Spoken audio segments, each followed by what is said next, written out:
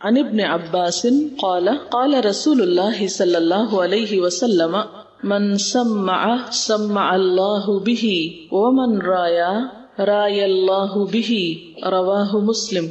عن ابن عباس، ابن عباس سے روایت ہے، قال وہ کہتے ہیں یا انہوں نے کہا، قال رسول اللہ صلی اللہ علیہ وسلم کہ رسول اللہ صلی اللہ علیہ وسلم نے فرمایا، من جس نے سمع سنوایا، سمع اللہ سنوا دے گا اللہ بھی اس کو، ومن رایا اور جس نے دکھاوا کیا، رایا اللہ بھی دکھا دے گا اللہ اس کو. اسے مسلم نے روایت کیا ہے. مراد اس سے کیا ہے، معنی کیا ہے کہ جو شخص شہرت کا طالب ہوگا، اپنے اعمال اور اپنے کارنامے دوسروں کو سنائے گا یا دوسروں کو سنانے کا شوق رکھتا ہوگا تاکہ اس کی اہمیت کو لوگ مانے، تو اللہ تعالی قیامت کے دن اسے دوسروں کو سنوا دے گا، یعنی اس کی اصل حقیقت بتا دے گا، اس کا پول کھول دے گا. اور اسی طرح جو شخص لوگوں کو دکھانے کے لیے کوئی کام کرے گا، یعنی دکھاوا کرے گا، ریاکاری کرے گا، تو اللہ تعالیٰ بھی اس کا دکھاوا کر دے گا، یعنی اس کی اصل حقیقت لوگوں کے سامنے لے آئے گا. اللہ تعالیٰ انسان کا دل دیکھتا ہے اور اس کا عمل دیکھتا ہے، یعنی صرف عمل نہیں دیکھتا بلکہ اس کا دل بھی دیکھتا ہے. دل میں کیا دیکھتا ہے؟ دل میں انسان کا ارادہ، اس کی نیت، اس کا عزم، اس کی سوچ، اس کو دیکھا جاتا ہے کہ کسی بھی عمل کے پیچھے انسان کیا چاہ رہا ہے، انسان کے اندر کیا ہے، اس کے دل میں کیا ہے.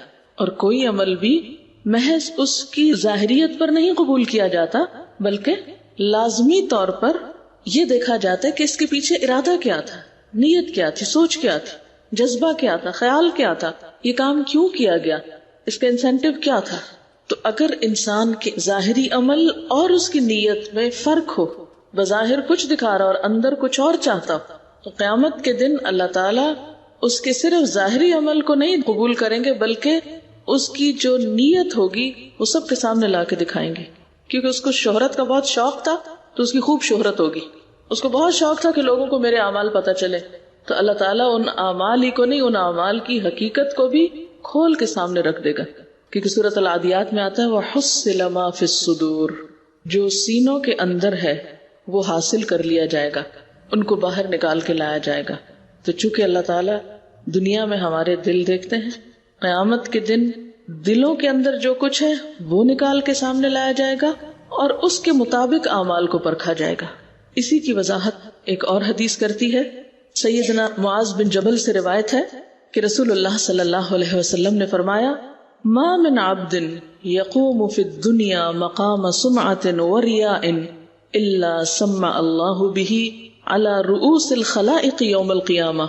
اس دنیا میں کوئی بھی شخص جو شہرت کی جگہ پر ہو اور ریاکار ہو، یعنی شہرت کے پیچھے ہو، شہرت کی خواہش رکھتا ہو اور اپنی نیکیوں کا خوب پرچار کرتا ہو، اس کا خوب اظہار کرتا ہو اور لوگوں کے سامنے اپنی نیکیوں کے تذکرے اور تبصرے کر کر کے ان سے تعریف کا طالب ہو، تو قیامت کے دن اللہ تعالی سب کے سامنے اس کی حقیقت کو کھول دے گا کہ یہ شخص نیکی کے لیے نہیں کر رہا تھا، یہ تو دکھاوے کے لیے کر رہا تھا، دوسروں کی نگاہ میں اچھا بننے کے لیے کر رہا تھا، لوگوں سے شہرت پانے کے لیے کر رہا تھا. جو شخص دنیا میں نیکی میں مشہور ہونا چاہتا ہے، قیامت کے دن اللہ تعالی اس کے اس جذبے کا بدل اس کو کیا دیں گے کہ اس کی خوب بدنامی کریں گے، اس کی حقیقت کو کھول کر، اس کے دھوکے کو عیاں کر کے، اس کے فراڈ کو سامنے لا کر جو اس نے اللہ اور بندوں کے ساتھ کیا. وہ اپنی نیکی کے بدلے میں چاہتا کچھ اور تھا، ظاہر یہ کرتا تھا اللہ کی خاطر کر رہا ہے، حالانکہ اللہ کی خاطر نہیں ہوتی تھی.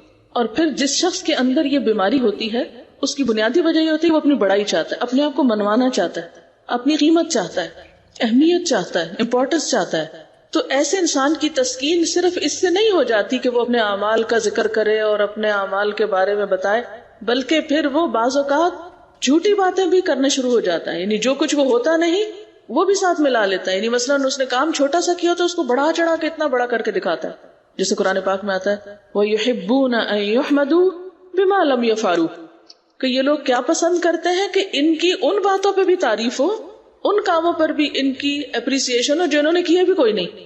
یعنی یہ بیماری پھر ایسی خطرناک بیماری ہوتی ہے کہ جس کی وجہ سے انسان صرف یہاں تک نہیں رکتا کہ وہ اپنے کیے ہوئے ہی کی تعریف چاہے، وہ یہ بھی چاہنے لگتا ہے کہ جو اس نے نہیں کیا اس کا کریڈٹ بھی اس کو مل جائے، لہذا اس میں پھر جھوٹ بھی شامل ہو جاتا ہے، اس میں پھر وہ فخر اور تکبر بھی کرنے لگتا ہے. پھر اس کا انجام کیا ہوتا ہے؟ عبداللہ بن عمر کہتے ہیں کہ رسول اللہ صلی اللہ علیہ وسلم نے فرمایا، من سمع الناس بعملہ سمع اللہ بہ مسامع خلقہ وصغرہ وحقرہ، کہ جو کوئی اپنے بارے میں فخر اور تکبر سے بات کرتا ہے، یعنی اپنے آپ کو بڑا ثابت کرتا ہے اور اپنی تعریفیں اور اپنے منہ میاں مٹھو بنتا ہے اور اپنی پاکیزگی بیان کرتا ہے اور اپنے بارے میں خوب بڑی بڑی باتیں کرتا ہے، کچھ سچی اور کچھ جھوٹی، اور مقصود اس کا کیا ہے کہ وہ اپنے آپ کو بس منوا لے، دوسروں پر ڈومینیٹ کرے، دوسروں کو نیچا کر دے، تو اس کا انجام کیا ہوگا؟ قیامت کے دن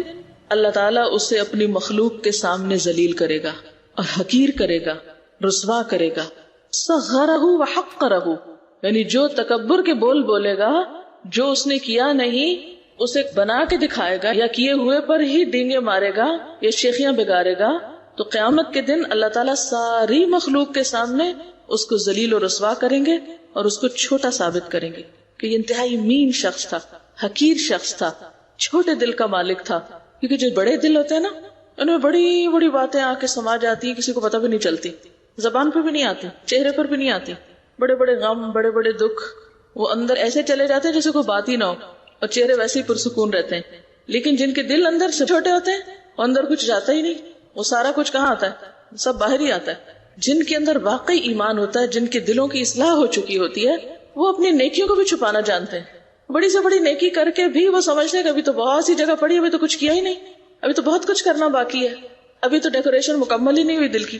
ان کو وہیں کہیں نہ کہیں چھپا کے ٹکا کے رکھ لیتے ہیں. اور جن کے دل کہیں قرار ہی نہیں پکڑے ہوئے، مالہا من قرار، تو پھر وہاں کیا ہے؟ کچھ اندر نہیں ٹکتا، کچھ اس ایمانی درخت کے بڑھنے کا ذریعہ نہیں بنتا، بلکہ فوراً باہر آ جاتا ہے، فوراً الٹ دیتا ہے انسان، اور بلکہ اس پر بھی نہیں چین آتا، مزید جھوٹی باتیں بھی اپنے سے منسوب کر کے دوسروں کو سناتا ہے. تو ایسا شخص کیا یہ سمجھتا ہے کہ وہ اللہ تعالیٰ کی نظر میں نہیں؟ اللہ سب دیکھ رہا ہے. تو ہوگا کیا؟ من سمع سمع اللہ بہ ومن رایا رایا اللہ بہ. اب یہاں سمع اور رایا دو لفظ ہیں، ایک کا تعلق سنوانے سے اور ایک کا دکھانے سے. سنوانا کیا ہے؟ یعنی منہ سے بولنا باتیں، ڈینگے مارنا یا نیکیوں کا تذکرہ کرنا، دم بھرنا. اور رایا کیا ہے؟ ایسے ایکشنز، ایسے کام، ایسے طور طریقے جو دکھاوے میں آتے ہیں. تو یہ جو ریاکاری ہے یہ اصل میں دل کی بیماری ہے.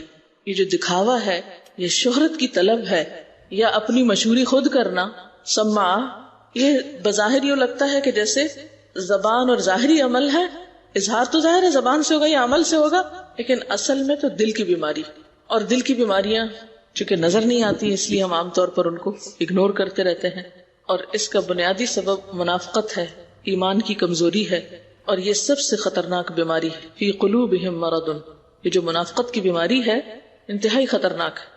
جس کے دل میں اللہ کی محبت ہوتی ہے، یوم آخرت پر ایمان ہوتا ہے، اور اس کو یقین ہوتا ہے کہ مجھے قیامت کے دن میرے اعمال کی جزا ملنے والی ہے، اور میرا رب مجھے دیکھ رہا ہے اور میرے عمل کو جانتا ہے، وہ سنتا ہے، وہ دل کی چھپی ہوئی باتیں بھی جانتا ہے، میرے تنہائی کے عمل کو بھی جانتا ہے، میری کوئی نیکی ضائع جا ہی نہیں سکتی، میرا کوئی عمل بیکار ہو ہی نہیں سکتا، چاہے کسی کو پتہ نہ چلے، چاہے اس کی کوئی تعریف نہ کرے، چاہے اس پر کوئی مجھے صلہ نہ دے، چاہے کوئی شکریہ ادا نہ کرے، اس سے کوئی فرق نہیں پڑتا، اس لیے کہ جس کے لیے میں نے کیا ہے اس نے دیکھ بھی لیا، اس نے سن بھی لیا، اس نے لکھ بھی لیا، اس نے محفوظ کر لیا، اور وہ سب سے بڑھ کر جزا دینے پر قادر ہے. تو ایسے شخص کو ایک قرار اور ایک ثبات حاصل ہوتا ہے، وہ مطمئن ہو جاتا ہے. اس کو صرف اس سے دلچسپی ہوتی ہے کہ مجھے کیا کرنا ہے اور وہ میں نے کیا ہے یا نہیں، اور اس کو میں مزید کیسے بہتر بناؤں. وہ اس چیز کے پیچھے نہیں جاتا اور اس میں وقت ضائع نہیں کرتا کہ میں پھر اس کا اشتہار کیسے لگاؤں اور کہاں کہاں لگاؤں. تو ریاکاری یا دکھاوا ہوتا کیا ہے؟ لفظی معنی تو اس کا ہوتا ہے دکھانا، نمائش کرنا. اور اسلامی اصطلاح میں کوئی کام اللہ کی خوشی کے لیے نہیں، لوگوں کو دکھانے کے لیے کرنا، یا یوں کہیے کہ اللہ کو دکھانے کے لیے نہیں، اللہ کی خاطر نہیں، لوگوں کی خاطر اور لوگوں کو دکھانے کے لیے. اور لوگوں کو کیوں دکھانا؟ تاکہ لوگ تعریف کریں یا لوگ ہمیں بڑا مانیں. تو اصل میں پھر پیچھے چھپی ہوئی بیماری کیا ہے؟ وہی تکبر، خود کو بڑا ثابت کرنا، خود کو بڑا بنانا. اور یہی ضد ہے اصل میں عبادت کی. یعنی عبد جو ہوتا ہے اس کے اندر کبر نہیں ہوتا، اور عبادت کی اصل روح ہی ہے الخشوع والتذلل کہ انسان کے اندر عاجزی اور ہمبلنس ہو، وہ بڑے سے بڑا کام کر کے یہ سوچے کہ ابھی تو کچھ بھی نہیں کیا. کبھی وہ نیکی کر کے مطمئن نہ ہو جائے، اس کو بڑا نہ سمجھے، کبھی اس پر بڑائی کا اظہار نہ کرے.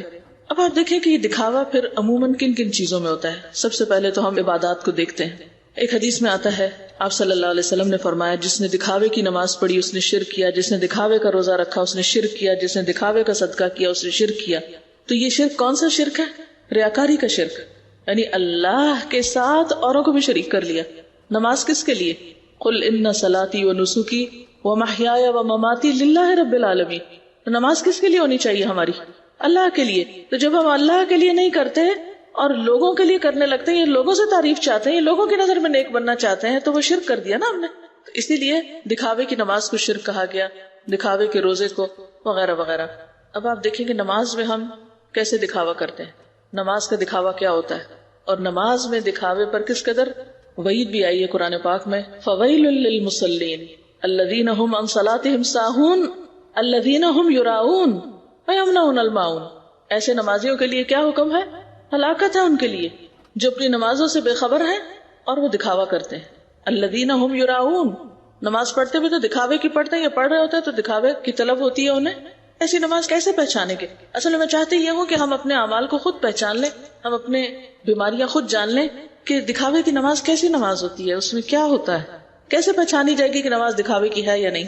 اکیلے میں نماز پڑھے انسان تو جھٹ پٹ پڑھ لے، اور لوگوں کے سامنے پڑھے ٹھہر کے خشوع و خضوع سے، طویل رکوع طویل سجدے، یہ دکھاوے کی نماز ہے. اگر آپ اللہ کے لیے پڑھ رہے ہیں تو آپ تنہائی میں بھی اسی طرح یا اس سے بھی اچھی پڑھیں گے، کیونکہ اللہ دیکھ رہا ہے. ہم تو اللہ کو دکھانے کے لیے پڑھ رہے ہیں. اب ایسا شخص اللہ تعالیٰ کا کیا اکرام کرتا ہے کہ جو اللہ کے سامنے تنہائی میں کھڑا ہو کر تو نماز کا حق ادا نہیں کرتا، لیکن جب لوگوں کے بیچ میں ہوتا ہے تو خوب اچھا سا نمازی بن جاتا ہے. اور کیا ہوتا ہے، کچھ جگہوں پر نماز پڑھ لینا اور کچھ پہ نہ پڑھنا. جہاں یہ ڈر ہو کہ لوگ کیا کہیں گے، وہ نماز پڑھ لینا لوگوں کے ڈر سے، ان کو دکھانے کے لیے کہ میں بھی نمازی ہوں. اور جہاں ایسے لوگ مل جائیں کہ جو نمازی پڑھتے تو وہاں ویسا ہو جانا. نماز کو حسین بنانے والی جتنی بھی چیزیں ہیں ان کا تنہائی میں خیال نہ کرنا اور سب کے سامنے ان سب چیزوں کا اہتمام کرنا. اچھا، اسی طرح نوافل پڑھ کے اس کا تذکرہ کرنا، تہجد وغیرہ کا ذکر بہت کرنا، باتوں باتوں میں ڈائریکٹلی انڈائریکٹلی. وہ میں تہجد کے وقت اٹھی تو یہ ہو گیا.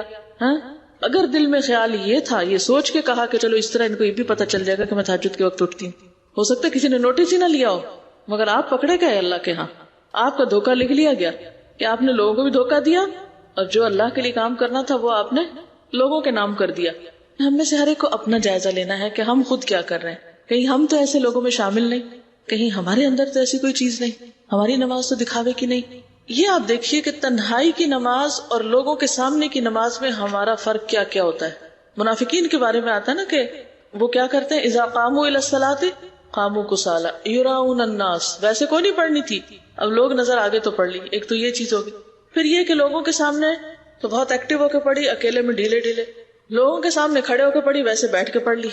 ہاں، لوگوں کے سامنے بہت کانشیسلی نماز پڑھی اور اکیلے میں جیسے تیسے ادا کر لی. نماز کے بعد روزے کا دکھاوا کیسے ہوتا ہے؟ روزے کا اظہار اپنے رویے سے کرنا. اب دیکھیں کہ حدیث پاک میں آتا ہے کہ اللہ سبحانہ وتعالیٰ فرماتے ہیں الصوم لی وانا اجزی بہ. روزہ تو میرے لیے ہے اور میں اس کی جزا دوں گا. یعنی کسی تیسرے کو نہیں پتا چلتا کہ کوئی روزے سے ہے یا نہیں. اگر آپ کچھ نہیں کھا رہے تو کسی کو نہیں پتا چلے گا. لیکن اگر آپ نے کہیں روزہ رکھ ہی لیا، خصوصاً نفلی، فرض تو سب کو ہی پتا ہوتا ہے کہ وہ مہینہ ہے، کسی نے نہ بھی رکھا تو لوگ یہ سمجھتے ہیں، لیکن نفلی روزے میں عام طور پر ریاکاری کا اندیشہ ہوتا ہے. تو اس میں گرتے پڑتے رہنا، چہرے کی حالت، آنکھوں سے، رویے سے یہ ظاہر کرنا، چاہے منہ سے نہ بھی بتانا. یعنی ایک تو ایک انسان منہ سے بتائے کہ میں تو ہر دوسرے دن روزہ رکھتی ہوں یا ہر جمعرات کو روزہ رکھتی ہوں وغیرہ وغیرہ، اور اس کے علاوہ رویے سے ظاہر کرنا. اسی لیے کیا حکم ہے کہ جو تم میں سے روزہ رکھے وہ کیا کرے، یعنی اپنے حالت کو درست رکھے، تیل ویل لگا کے رکھے، یعنی اس کے رویے سے ظاہر نہ ہو. پھر اسی طرح حج کا دکھاوا کیا ہے؟ نام کے ساتھ حاجی صاحب لگوانا، الحاج، یعنی القابات میں اضافہ کرتے چلے جانا. حالانکہ حج کی نیت میں ہمیں کیا دعا سکھائی گئی؟ اللہم حجتا لا ریاء فیہا ولا سمعہ. اللہ ایسا حج ہو کہ جس میں نہ ریاکاری ہو اور نہ شہرت کی طلب ہو. حضرت انس بن مالک کہتے ہیں کہ رسول اللہ صلی اللہ علیہ وسلم نے ایسی سواری پہ حج کیا جس کی زین پرانی تھی اور آپ کے جسم پر ایسی چادر تھی جو 4 درہم یا اس سے بھی کم قیمت کی تھی، اور آپ فرما رہے تھے اللہم حجۃ لا ریاء فیہا ولا سمعہ، یعنی انتہائی ہمبل ہو کر. اب کیا ہے کہ بعض اوقات لوگ حج کو بھی ایک اسٹیٹس سمبل بنائے ہوئے ہیں، ایسے گروپ کے ساتھ جانا، ایسے پیکیجز لینا کہ جس میں زیادہ سے زیادہ خرچ آتا ہو. تو اسی لیے اس حدیث میں کیا آتا ہے کہ آپ نے جس پیکیج میں حج کیا وہ بے حد سمپل تھا. پھر خاص طور پر صدقہ خیرات کی ریاکاری، اس پر تو قرآن نے بھی بہت بات کی ہے. اللہ سبحانہ وتعالیٰ فرماتے ہیں یا ایھا الذین آمنوا لا تبطلوا صدقاتکم بالمن والأذى كالذی ينفق مالہ رئاء الناس ولا يؤمن باللہ والیوم الآخر فمثلہ کمثل صفوان علیہ تراب فأصابہ وابل فترکہ صلدا لا يقدرون علی شیء مما کسبوا واللہ لا یہدی القوم الکافرین. اے ایمان والو، اپنے صدقات کو احسان جتا کر اور دکھ دے کر اس شخص کی طرح خاک میں نہ ملاؤ جو اپنا مال محض لوگوں کو دکھانے کے لیے خرچ کرتا ہے، وہ اللہ اور یوم آخرت پر ایمان نہیں رکھتا. اس کے خرچ کی مثال ایسی ہے جیسے ایک چٹان تھی جس پر مٹی کی تہ جمی ہوئی تھی، اس پر جب زور کا می برسا تو ساری مٹی بہہ گئی، صاف چٹان کی چٹان رہ گئی. ایسے لوگ اپنے نزدیک خیرات کر کے جو نیکی کماتے ہیں اس سے کچھ بھی ہاتھ نہیں آتا، اور اللہ تعالیٰ کافر قوم کو ہدایت نہیں دیتا. پھر اسی طرح صدقات میں عموماً ہم کیا کرتے ہیں جب کسی کے ساتھ لین دین کا معاملہ ہوتا ہے، کیسے پتہ چلتا ہے کہ ہم ریاکاری کر رہے ہیں؟ ریاکاری کے انداز کیا ہوتے ہیں؟ ایک تو لوگوں کے سامنے اس کا تذکرہ کرنا، دوسرا یہ کہ دکھا کر دینا، پھر جتانا شروع ہو جاتا ہے انسان. خاص طور پر اگر آپ کوئی پرومیننٹ فگر ہوں تو پھر دیتے ہوئے تصویریں بنانا، اور جب تصویریں بن رہی ہوں تب تو کام کرنا، اور جب تصویروں کا سیشن ختم ہو جائے تو دوسروں کے حوالے ڈسٹریبیوشن کر کے خود چلتے بننا. بعض اوقات باقاعدہ اناؤنس کرانا، مسجدوں میں اناؤنس بھی ہو رہا ہوتا ہے نا کہ فلاں صاحب نے 5 روپے دیے. اگر تو صرف اس لیے بتایا جا رہا ہے کہ دوسروں کو شوق ہو وہ تو ٹھیک ہے، لیکن اگر کوئی شخص صرف اس لیے جا کے پیسے دے کہ میرا نام اناؤنس ہو، اور اگر نام اناؤنس نہ ہو یا لوگوں کے سامنے ذکر نہ کیا جائے تو ہاتھ روک لے. بعض لوگ صدقہ کرنے سے پہلے ہر دوسرے تیسرے بندے سے پیسوں کی اماؤنٹ بتا کے ذکر کریں گے کہ یہ میرے پاس اتنے پیسے ہیں، بتاؤ میں کہاں کروں. تو یہ بھی انڈائریکٹلی کیا ہے، یعنی دکھانے ہی کی ایک خواہش اندر چھپی ہوئی جو دینے سے پہلے ہی شروع ہوگی ریاکاری. کچھ لوگ اسپیسیفک لارج اماؤنٹ دیتے ہیں تاکہ ان کا نام ایک خاص لسٹ میں آ جائے، یا کسی خاص اسپتال کے اوپر ان کے نام کی پلیٹ لگ جائے، یا کسی خاص جگہ پر ان کا ذکر کیا جائے، یا ان کے نام سے کوئی میموریل ٹرسٹ بنے. اسی طرح جب لوگ دیکھ رہے ہوتے ہیں تو دیتے ہیں، اور اگر کوئی نہ دیکھے تو دیتے بھی نہیں ہیں. شادی بیاہوں میں جب لوگوں کی تعریف لینی ہوتی ہے تو خوب خرچ کرتے ہیں، اور ویسے کو گھر میں آ جائے تو پانی بھی نہیں پوچھتے. یہ جتنے بھی معیار ہیں ان میں سے اپنے آپ کو پرکھ لیں اور ان عادتوں کو چھوڑ دیں. That's it. یہی آئینہ تو ہم سب کو دیکھنا ہے، ٹھیک ہے نا. ریاکاری صرف عبادات میں نہیں ہوتی، ریاکاری ہر معاملے میں ہو سکتی، مثلا تعلیم اور تعلم میں ہو سکتی، سیکھنے سکھانے میں ہو سکتی. کیسے؟ استاد کی طرف بہت غور سے اس لیے دیکھنا، یہ مقصد نہیں ہوتا کہ بات سمجھیں، یہ مقصد ہوتا ہے کہ ہم استاد کے منظور نظر بن جائیں. حدیث میں آتا ہے من تعلم علما مما يبتغى به وجه الله لا يتعلمه الا ليصيب به عرضا من الدنيا لم يجد عرف الجنة يوم القيامة يعني ريحها رواہ ابو داؤد. کہ جو شخص ایسا علم حاصل کرے جس سے اللہ کی رضا حاصل کی جاتی ہے لیکن وہ اس کو دنیا کے فائدے حاصل کرنے کے لیے سیکھتا ہے تو قیامت کے دن ایسا شخص جنت کی خوشبو بھی نہ پا سکے گا. خاص طور پر دین کا علم جس کا مقصد کیا ہونا چاہیے سیکھنے کا کہ اللہ کی رضا حاصل ہو.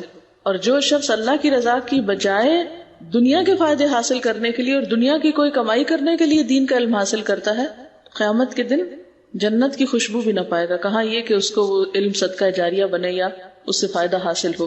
اسی طرح ایک اور حدیث میں آتا ہے، حضرت جابر سے روایت ہے کہ رسول اللہ صلی اللہ علیہ وسلم نے فرمایا علم اس لیے نہ حاصل کرو کہ علماء کا مقابلہ کر سکو یا بے وقوفوں سے جھگڑے کرو، یا یہ کہ مجلسوں میں تمہاری عزت ہو، تمہیں چنا جائے، بلند مقام پہ بٹھایا جائے. یعنی مراد اس سے یہ ہے. تو جو اس لیے یہ سب کرے گا اس کے لیے آگ ہے. فمن فعل ذلك فالنار النار، اس کے لیے تو آگ ہی آگ ہے. کہ جس کے یہ مقاصد و علم حاصل کرنے کے کہ وہ بڑا بن سکے یا لوگوں میں اس کی بڑی اہمیت ہو یا اس کو کرسی صدارت پہ بٹھایا جائے یا یہ کہ اس کے نام کے ساتھ کوئی بڑے بڑے ٹائٹل اور علامہ وغیرہ لگائے جائیں. اسی طرح معاملات میں بڑی ریاکاری ہوتی ہے. مثلا ساس بیمار ہے، بہو سارا دن خبر نہ لے، جس وقت شوہر آئے تو ساس کے آگے پیچھے ہو جائے. یہ عمل کیا ہے؟ شوہر کو دکھانے کا کہ میں تمہاری ماں کی بہت کیئر کرتی ہوں تاکہ اس کے بدلے میں کیا حاصل کرے؟ شوہر کی توجہ. اور معاملات میں کیسے ریاکاری ہوتی ہے. عید الاضحیٰ کے موقع پر قربانی کے بکرے جو ہیں وہ لا کے پہلے باندھنا کہ شور مچائیں تو ہمسایوں کو پتہ چلے کہ ہم بھی قربانی کر رہے ہیں. اور جہیز کا دکھاوا، کسی کی بھی مدد، خدمت، عیادت، تعریف، خوشامد اس غرض سے کرنا کہ اس سے کچھ مفاد حاصل ہو جائے. ویسے پرواہ نہ کرنا، پوچھنا ہی نہیں، لیکن اگر کوئی غرض ہے، مقصد ہے تو پھر چاپلوسی کرنا. گفتگو میں میں کا لفظ بہت یوز کرنا. کسی کو گھر پہ بلایا، کھانا کھلایا، اس کو خوب خوشامد کرنا، یہ کھائیں یہ کھائیں، لیکن جب چلے جن کا یہ دیکھو کتنے لالچی تھے، سب ختم کر کے چلے گئے. اس طرح کی گھٹیا حرکتیں کرنا. یعنی اخلاق میں بھی، اخلاق صرف وہاں برتنا جہاں جواب میں کچھ ملے گا، اور وہاں سارا اخلاق بھول جانا جہاں کوئی ہمارے ساتھ اخلاق نہ برتے. حضرت ابن عمر کہتے ہیں کہ ان سے کچھ لوگوں نے کہا کہ ہم اپنے حکمرانوں کے پاس جاتے ہیں تو ہم ان سے اس کے برعکس باتیں کرتے ہیں جو ہم ان کے پاس سے باہر آ کے کرتے ہیں. یعنی ہم اپنے بڑوں کے پاس جاتے ہیں، حکمرانوں کے پاس جاتے ہیں تو ان کے سامنے ہم بہت عزت سے، بڑے اچھے سے بات کرتے ہیں، اور باہر آ کے کیا کرتے ہیں؟ اور طرح نام لینا. بعض اوقات ایسا بھی ہوتا ہے نا کہ جیسے کسی کے سامنے تو اس کو باجی، آپا، خالہ، پتہ نہیں کیا کیا کہنا، اور بعد میں اس کا نام لے لے کے بلانا. یعنی سامنے تو بڑے احترام کے لقب بولنا، اور بعد میں ایسے ہی بس عام انداز میں نام لینا. یہ بھی اسی میں آتا ہے. تو حضرت ابن عمر کہتے ہیں ہم اس رویے کو آپ صلی اللہ علیہ وسلم کے زمانے میں نفاق شمار کرتے تھے، یہ منافقت تھی. اچھا، اسی طرح ٹیلی فون اٹینڈ کرتے ہوئے ماتھے پہ بل اور ناک بو چڑھانا اور مصیبت کے مارے پٹخانا ہاتھ، یہ کیا وہ کیا، اور جب ہیلو کیا حال ہے بہت اچھے سے بن جانا، یہ بھی منافقت ہے، یہ بھی ریاکاری. یعنی آپ اس کے سامنے کچھ ہیں، ویسے آپ انتہائی سٹ پٹائے ہوئے تھے اور بہت ہی برا بلا کہہ رہے تھے. اسکول کالج میں ٹیچرز کے سامنے تو بہت شرافت سے، ادب سے، احترام سے بیٹھنا، کلاس سے نکلتے ہی ان کی وہ خبر لینا اور ان کے نام رکھنا اور ان کی نقلیں اتارنا، اور یہ سب بھی اسی میں آتا ہے. نہ صرف یہ کہ ٹیچرز بلکہ بڑے، مثلاً عام طور پر خواتین اپنی ساس کی، نند کی اور سسرالی رشتہ داروں کی بچوں کے سامنے خوب برائیاں کرتے ہیں. جب خود سامنے جاتے ہیں تو بہت اچھے سے، اور بچے تضاد دیکھتے ہیں کہ یہ کیا ہو رہا ہے، ابھی تو اماں یہ کہہ رہی تھی اور ابھی اماں ایسے نظر آ رہی ہیں. وہ ایسی اماں کا احترام کہاں سے کریں؟ پھر ماں کہتی ہے کہ بچے میرا ادب نہیں کرتے. وہ کیوں کریں جب آپ خود ہی اپنا احترام نہیں کرتے؟ جیسے کوئی بیٹی کا رشتہ لینے کے لیے آئے تو اس کے سامنے بیٹی کی جھوٹی تعریفیں کرنا اور یہ کہنا یہ بیٹی نے بنایا، یہ بیٹی کا کارنامہ ہے، یہ فلاں ہے، حالانکہ اس کی کچھ حقیقت نہ ہونا. بیٹی کو بھی پتا جھوٹ بولا جا رہا ہے، ان کو بھی پتا جھوٹ بولا جا رہا ہے. اچھا، وجوہات کیا ہوتی ہیں اس کی؟ سب سے پہلے تو یہی کہ شہرت کی خواہش، جو حدیث کا اصل موضوع ہے. شہرت کی خواہش، تعریف کی خواہش، نفس پرستی، خود کو بڑا ثابت کرنے کی خواہش، خود کو منوانے کی خواہش. نبی صلی اللہ علیہ وسلم نے فرمایا ثلاث مہلکات، 3 چیزیں ہلاک کرنے والی. ہون متبع، ایسی خواہش نفس جس کی پیروی کی جائے، یہ انسان کو ہلاکت میں ڈال دیتی. وشح مطاع، دل کی تنگی جس کی اطاعت کی جائے. واعجاب المرء بنفسه، اور انسان کا اپنے بارے میں تعجب میں مبتلا ہونا، خوش فہمی میں، خود کو بہت اچھا سمجھنا، یعنی اوور اسٹیمیٹ کرنا، یعنی خود پر پھولنا. اور فرمایا وہی اشدہن، اور یہ سب سے سخت بات ہے کہ کوئی شخص اپنے آپ کو بڑی چیز سمجھے. آپ کو پتہ ہے کہ ریاکاری کا ایک نقصان تو یہ کہ سمع اللہ بہ، اللہ تعالیٰ خود کھول کے سب کو بتا دیں گے. ایک یہ کہ لوگ اس حال میں ہوں گے کہ ان کو دیکھ کے پتہ چل جائے گا کہ ان کا یہ انجام ریاکاری کی وجہ سے ہو رہا ہے. اس کی کیا دلیل ہے؟ حدیث میں آتا ہے کہ میں نے رسول اللہ صلی اللہ علیہ وسلم کو فرماتے ہوئے سنا. حضرت ابو سعید بیان کرتے ہیں کہ قیامت کے دن ہمارا پروردگار اپنی پنڈلی کھول دے گا تو ہر ایماندار مرد اور ایماندار عورت اسے سجدہ کریں گے، یعنی ہر ایک سجدے میں گر جائے گا.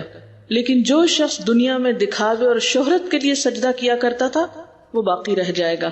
وہ سجدہ کرنے لگے گا تو اس کی پشت ایک تختے کی طرح ہو جائے گی، اکڑ جائے گی، یعنی جھک ہی نہیں سکے گا، لہٰذا وہ سجدہ نہ کر سکے گا. یہ بخاری کی روایت ہے. سورۃ القلم میں آتا نا یوم یکشف عن ساق ویدعون الی السجود فلا یستطیعون، جس روز پنڈلی کھولی جائے گی اور لوگوں کو سجدے کے لیے بلایا جائے گا تو لوگ سجدہ نہ کر سکیں گے. یہ کون لوگ ہوں گے جو سجدہ نہ کر سکیں گے؟ جو دنیا میں دکھاوے کے لیے نمازیں پڑھتے تھے. یعنی سمع اللہ بھی، رایا اللہ بھی میں یہ چیز آتی ہے. یعنی جو دکھاوا کرے گا اللہ اس کو دکھا دے گا. کس حال میں دکھا دے گا؟ وہ اکڑا کھڑا ہوگا. وہ اکڑ تھی نا جو اس کے اندر، وہ اسی طرح اکڑا کھڑا رہے گا وہاں. اب یہاں ایک چیز ہے کہ بعض اوقات انسان تو یہ نہیں چاہتا کہ وہ دکھاوا کرے، وہ نہیں تعریف چاہتا. لیکن لوگ خود ہی آ کے تعریفیں کرنے لگتے ہیں. آپ کوئی اچھا کام کرتے ہیں تو لوگ فوراً پہنچ جاتے ہیں آپ کی تعریف کرنے. تو ایسے میں پھر کیا ہے، پریشانی ہوتی ہے انسان کو کہ میں تو چھپ کے رہنا چاہتا ہوں، کیونکہ ان اللہ یحب العبد الغنی الخفی التقی. اللہ اس بندے سے محبت رکھتا ہے جو چھپے ہوئے عمل کرتا ہے، غنی بے نیازی سے کام کرتا ہے، کسی کی تعریف اس کو نہیں چاہیے، تقی تقوی والا ہے. یعنی نہ تو اس کو دکھاوا کرنا ہے، نہ کسی سے تعریف چاہنی ہے، بالکل بے نیاز بے پرواہ ہے لوگوں سے. اسے بس اتنا پتہ ہے کہ اسے کیا کرنا اور وہ کرتا چلا جاتا ہے. ایسے بندے سے اللہ محبت کرتا ہے. اب ایک بندہ خود نہیں پسند کرتا کہ اس کی تعریف کی جائے، لیکن جب وہ اچھے کام کرتا ہے تو لوگ خود ہی تعریف کرنے آ جاتے ہیں. حضرت ابو ذر سے روایت ہے کہ رسول اللہ صلی اللہ علیہ وسلم سے پوچھا گیا، ارأیت الرجل يعمل العمل من الخیر ويحمده الناس علیہ قال تلک عاجل بشر المؤمن. کہ آپ کا کیا خیال ہے کہ ایک شخص کو نیکی کا کام کرتا ہے اور لوگ اس کی تعریفیں کرنے لگتے ہیں؟ تو فرمایا کہ یہ مومن کو جلد ملنے والی خوشخبری ہے، یعنی دنیا میں قبولیت عمل کی نشانی ہے. یعنی ایک خوشخبری تو آخرت میں ملے گی نا، ایک خوشخبری دنیا میں مل جاتی. جب آپ اچھا کام کرتے ہیں تو جیسے خوشبو کا ڈھکن کھلتا ہے تو وہ خوشبو تو پھیلی جاتی ہے. انسان بے نیاز ہو کر رہے، بے پرواہ ہو کر رہے، تنہائی میں اور سب کے سامنے تعریف ملنے پر اور نہ ملنے پر، اپریسیشن یا اکنالجمنٹ یا انکریجمنٹ کے ہونے یا نہ ہونے میں اس کے عمل میں فرق نہ ہے، وہ اپنا کام کرتا چلا جائے. پہچان یہی ہے نا ریاکاری کی، کہ جب لوگوں کے سامنے ہو تو کام تیز کر دے، تعریف ملے تو خوب کام کرے، تنقید ہو تو ہمت ہار کے بڑھ جائے، کام اٹھا پھینکے، مجھے کیا ملا صلہ، میں نے ایسے ہی اپنے آپ کو اتنا کھڑایا، اتنی محنت کی، اتنا کام کیا اور مجھے کیا ملا، بیزتی. یہ لو یہ پڑا ہے کام. اب اس حدیث کا ایک اور پہلو ہے جو دنیاوی اعتبار سے، یعنی ہم نے اب تک اس کی تفسیر اس اعتبار سے کی کہ جو شہرت چاہے گا اللہ اس کو قیامت کے دن شہرت دے دے گا اور اس کی خوب بدنامی کرے گا، اس کا پول کھول دے گا، اس کی حقیقت سامنے آئے گی. عام طور پر محدثین نے اسی انداز میں اس حدیث کو ایکسپلین کیا. لیکن اگر غور کیا جائے تو اس کا ایک اور معنی بھی بنتا ہے، اور وہ کیا ہے کہ جو شخص شہرت چاہتا ہے کسی عمل پر تو دنیا میں اللہ تعالیٰ دے دیتا ہے اس کو تھوڑی بہت جتنی دینی ہوتی ہے. جیسے کہ سورۃ الشورى میں آتا ہے، من کان یرید حرث الآخرۃ نزد له فی حرثہ ومن کان یرید حرث الدنیا نؤتہ منہا وما له فی الآخرۃ من نصیب. کیا معنی ہے اس آیت کا؟ جو کوئی آخرت کی کھیتی چاہتا ہے اس کی کھیتی کو ہم بڑھاتے ہیں. ایک دانہ 700 بنتا ہے نا، ہم اس کو بڑھا دیتے ہیں. اور جو دنیا کی کھیتی چاہتا ہے اسے ہم دنیا میں ہی دے دیتے ہیں. سمع اللہ بہ، جو شہرت چاہتا ہے، تعریف چاہتا ہے، لوگوں سے ریوارڈ چاہتا ہے، جزا چاہتا ہے، شکریہ چاہتا ہے، دلوا دیتے ہیں ہم اس کو جتنا ہم چاہتے ہیں، اس کو یہی مل جاتا ہے اور آخرت کے لیے کچھ بھی نہیں بچتا. وما لہ فی الآخرۃ من نصیب. ایسا شخص آخرت میں خالی ہاتھ پہنچتا ہے. اس کی وضاحت ایک حدیث بھی کرتی ہے، اور وہ کیا ہے؟ حضرت ابو ہریرہ رضی اللہ تعالی عنہ کہتے ہیں کہ رسول اللہ صلی اللہ علیہ وسلم نے فرمایا، قیامت کے دن سب سے پہلے جن لوگوں کا فیصلہ کیا جائے گا ان میں ایک وہ آدمی ہوگا جو شہید ہو گیا تھا. بس اسے پیش کیا جائے گا، اللہ تعالیٰ اسے اپنی نعمتیں یاد کرائے گا، وہ انہیں پہچان لے گا. اللہ تعالیٰ فرمائے گا، تو نے ان نعمتوں کی وجہ سے کیا عمل کیا، یعنی اتنا کچھ پا کے پھر کیا کیا؟ وہ عرض کرے گا، میں نے تیری راہ میں جہاد کیا یہاں تک کہ شہید ہو گیا. اللہ تعالیٰ فرمائے گا، تو نے جھوٹ کہا، تو اس لیے لڑا تھا کہ تجھے بہادر کہا جائے، بس تجھے بہادر کہہ لیا گیا. سما اللہ بھی، دنیا میں تمہیں شہرت مل گئی، تم شہرت چاہتے تھے نا، شہرت مل چکی تم کو، بس اس کی بابت حکم دیا جائے گا تو اسے منہ کے بل گھسیٹا جائے گا اور جہنم میں ڈال دیا جائے گا. دوسرا وہ شخص ہوگا جس نے علم حاصل کیا، دوسروں کو بھی سکھایا، قرآن پڑھا، بس اس کو پیش کیا جائے گا، اللہ تعالیٰ اس کو اپنی نعمتیں یاد کرائے گا، وہ انہیں پہچان لے گا، ہاں یہ سب کچھ مجھے ملا تھا، یہ ذہانت، یہ عقل، یہ بصیرت، یہ دنیا کی فیسلٹیز، نعمتیں، یہ سب. اللہ تعالیٰ پوچھے گا، تو نے پھر ان نعمتوں کو پا کے کیا کیا؟ وہ کہے گا، میں نے علم سیکھا، دوسروں کو سکھایا، تیری رضا کے لیے قرآن پڑھا. اللہ تعالیٰ فرمائے گا، تو نے جھوٹ کہا، تو نے تو علم اس لیے حاصل کیا تھا کہ تجھے عالم کہا جائے، اور قرآن اس لیے پڑھا تھا کہ تجھے قاری کہا جائے، تو وہ تجھے کہہ دیا گیا. سما اللہ بھی، دنیا میں سنوا دی گئی تمہاری شہرت، تو اس کے بارے میں حکم دیا جائے گا تو اسے بھی منہ کے بل گھسیٹا جائے گا، جہنم میں ڈال دیا جائے گا. تیسرا وہ شخص ہوگا جس کو اللہ نے کشادگی عطا فرمائی، یعنی بہت مال دیا، ہر طرح کے مال سے نوازا، اسے پیش کیا جائے گا، اللہ تعالیٰ نعمتیں یاد کرائے گا، وہ پہچان لے گا. اللہ تعالیٰ فرمائے گا، ان کی وجہ سے کیا کام کیا؟ وہ کہے گا، میں نے تیری پسند کی کوئی راہ نہیں چھوڑی کہ میں نے اس میں خرچ نہ کیا ہو، یعنی ہر جگہ دیا. اللہ تعالیٰ فرمائے گا، تو نے جھوٹ بولا، تو نے تو اس لیے کیا کہ تم سخی کہلاؤ، بس وہ کہہ دیا گیا.